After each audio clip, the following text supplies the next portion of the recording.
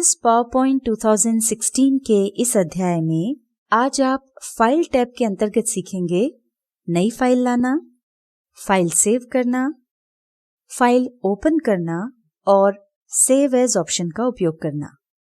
ये हमने MS PowerPoint open करके रखा है।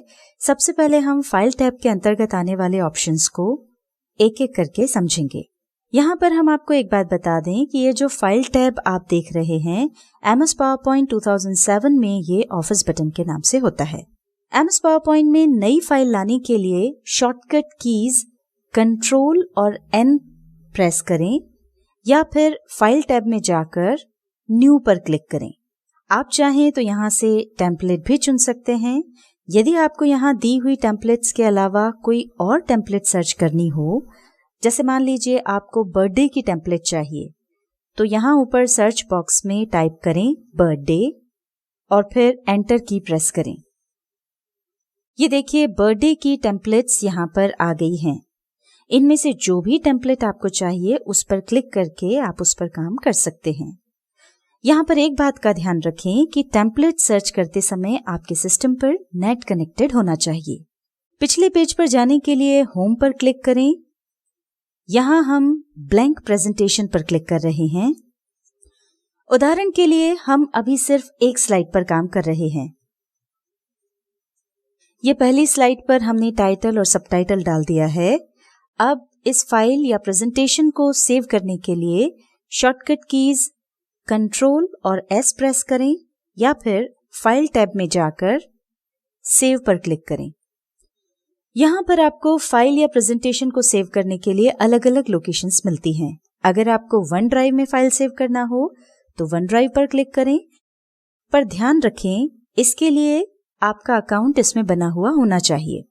यदि आप माय डॉक्यूमेंट्स या डेस्कटॉप पर फाइल सेव करना चाहते हैं तो दिस पीसी पर क्लिक करें और इनमें से जो भी ऑप्शन चुनना हो वो चुन लें।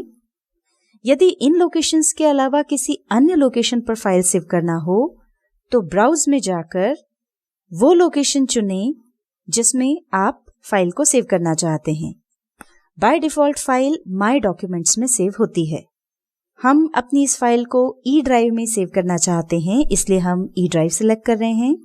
अब आपको जिस भी नाम से फाइल सेव करनी हो वो नाम यहाँ पर दे दें और नाम देने के बाद सेव पर क्लिक कर दें।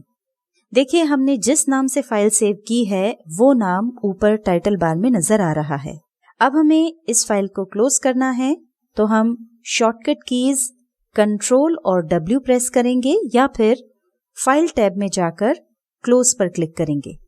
वापस हमको नई फाइल लानी है तो उसके लिए हम कंट्रोल और N कीज प्रेस कर लेंगे। अब वापस इस फाइल में हम कुछ काम कर लेते हैं या कुछ टाइप कर देते हैं। ये हमने इस फाइल में कुछ काम किया है और अब हम इस फाइल को अगर बिना सेव किए ही क्लोज करते हैं तो ये देखिए यहाँ पर एक डायलॉग बॉक्स आ जाएगा। जब भी आप किसी नई फाइल में काम करेंगे या किसी फाइल को ओपन करके उसमें कुछ काम करेंगे या चेंजेस करेंगे और उसे बिना सेव करे क्लोज करेंगे तो ये डायलॉग बॉक्स आ जाएगा। अब अगर आपको इस फाइल में और काम करना हो तो कैंसिल पर क्लिक करें। यदि आपको ये फाइल सेव नहीं करना हो तो डोंट सेव पर क्लिक करें और यदि आप चाहते हैं कि ये फाइल सेव हो जाए तो सेव पर क्लिक करें। हम इस फाइल को सेव नहीं करना चाहते हैं इसलिए डोंट सेव पर क्लिक कर रहे हैं। इसके पहले हमने जो फाइल सेव की थी, मान लीजिए हम उसे ओपन करना चाहते हैं तो उसके लिए शॉर्टकट कीज कंट्रोल और O प्रेस करेंगे या फिर फाइल में जाकर ओपन ऑप्शन में यहाँ पर रिसेंट ओपन की गई फाइल्स की लिस्ट मिलेगी। उसमें अगर वो फाइल दिख रही हो तो वहीं पर क्लिक करके उसे ओपन कर लेंगे और अगर वो फाइल का नाम यहाँ पर नहीं दिखाई दे रहा हो तो ब्राउज पर क्लिक करके जिस लोकेशन पर आपने फाइल सेव की थी वहां जाकर के फाइल को सिलेक्ट कर लें और फिर ओपन पर क्लिक करें। ये देखिए वो फाइल ओपन हो गई है। हम इसे वापस क्लोज कर देते हैं।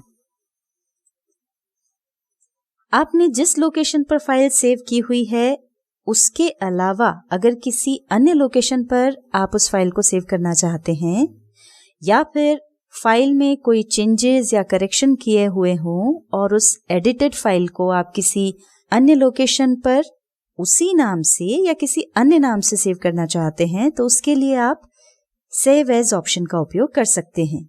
आइए देखते हैं कैसे। सबसे पहले तो उस फाइल को ओपन करने के लिए शॉर्टकट कीज Ctrl+O प्रेस करें। ये देखिए अभी हमारी ये जो फाइल है वो ई ड्राइव में सेव्ड है। इस पर क्लिक करें, ये फाइल ओपन हो गई है।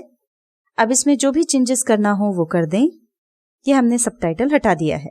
अब फाइल ऑप्शन में जाकर के सेव एज पर क्लिक करें। अब जिस भी लोकेशन पर ये फाइल सेव करना हो उसे चूज करें। हम माय डॉक्यूमेंट्स चूज कर रहे हैं। अब अगर आप चाहें तो इसी नाम से फाइल सेव कर सकते हैं या फिर फाइल का नाम बदल भी सकते हैं।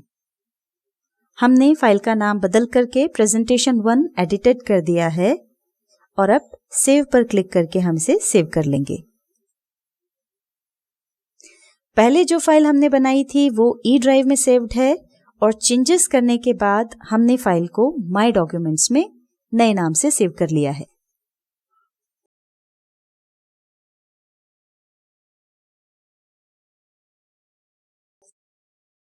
MS PowerPoint 2016 के इस अध्याय में आज आपने फाइल टैब के अंतर्गत सीखा नई फाइल लाना, फाइल सेव करना, फाइल ओपन करना और सेव एज ऑप्शन का उपयोग करना।